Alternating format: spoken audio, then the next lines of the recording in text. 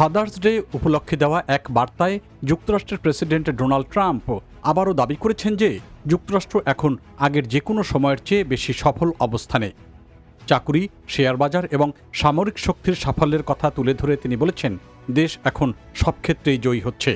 তবে অর্থনীতি ও জনমত জরিপের সাম্প্রতিক তথ্য ট্রাম্পের এই আশাবাদী বক্তব্যের সঙ্গে পুরোপুরি মিলছে না। নিজের সামাজিক যোগাযোগ মাধ্যম ট্রুথ সোশ্যালে দেওয়া এক পোস্টে ট্রাম্প লিখেছেন, ফাদার্স ডের শুভেচ্ছা।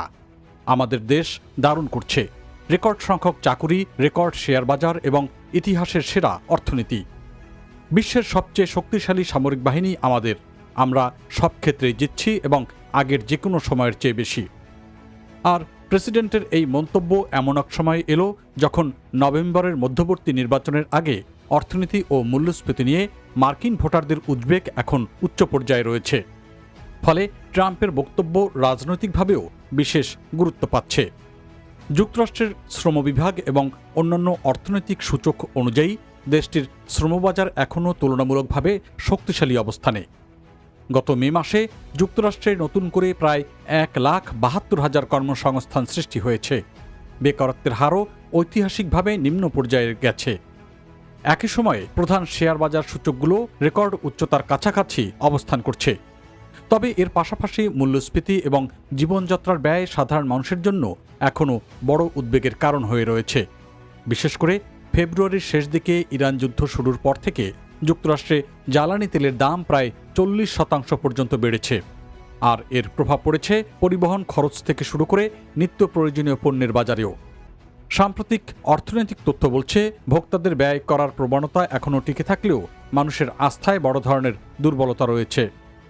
ইউনিভার্সিটি অব মিশিগানের ভোক্তা আস্থা সূচক জুন মাসে সামান্য উন্নতি করলেও এখন তা ঐতিহাসিকভাবে নিম্ন পর্যায়ে অবস্থান করছে। এদিকে জনমত জরিপগুলো ট্রাম্প প্রশাসনের জন্য খুব একটা স্বস্তিদায়ক নয়। রয়টার্স ও ইপসোস পরিচালিত জুন মাসের জরিপে দেখা গেছে, যুক্তরাষ্ট্রের জীবনযাত্রার ব্যয় মোকাবিলায় ট্রাম্পের ভূমিকা নিয়ে মাত্র 22% মানুষ সন্তুষ্টি প্রকাশ করেছেন। বিপরীতে প্রায় 70% উত্তরদাতা অসন্তুষ্ট। অন্যদিকে অ্যাসোসিয়েটেড প্রেস এপি এনওআরসি পরিচালিত আরেকটি জরিপে দেখা গেছে, অর্থনীতি পরিচালনায় ট্রাম্পের প্রতি সমর্থন জানিয়েছেন মাত্র 33% মার্কিন নাগরিক। আর প্রায় 2/3 উত্তরদাতা এ বিষয়ে অসন্তুষ্টি প্রকাশ করেছেন।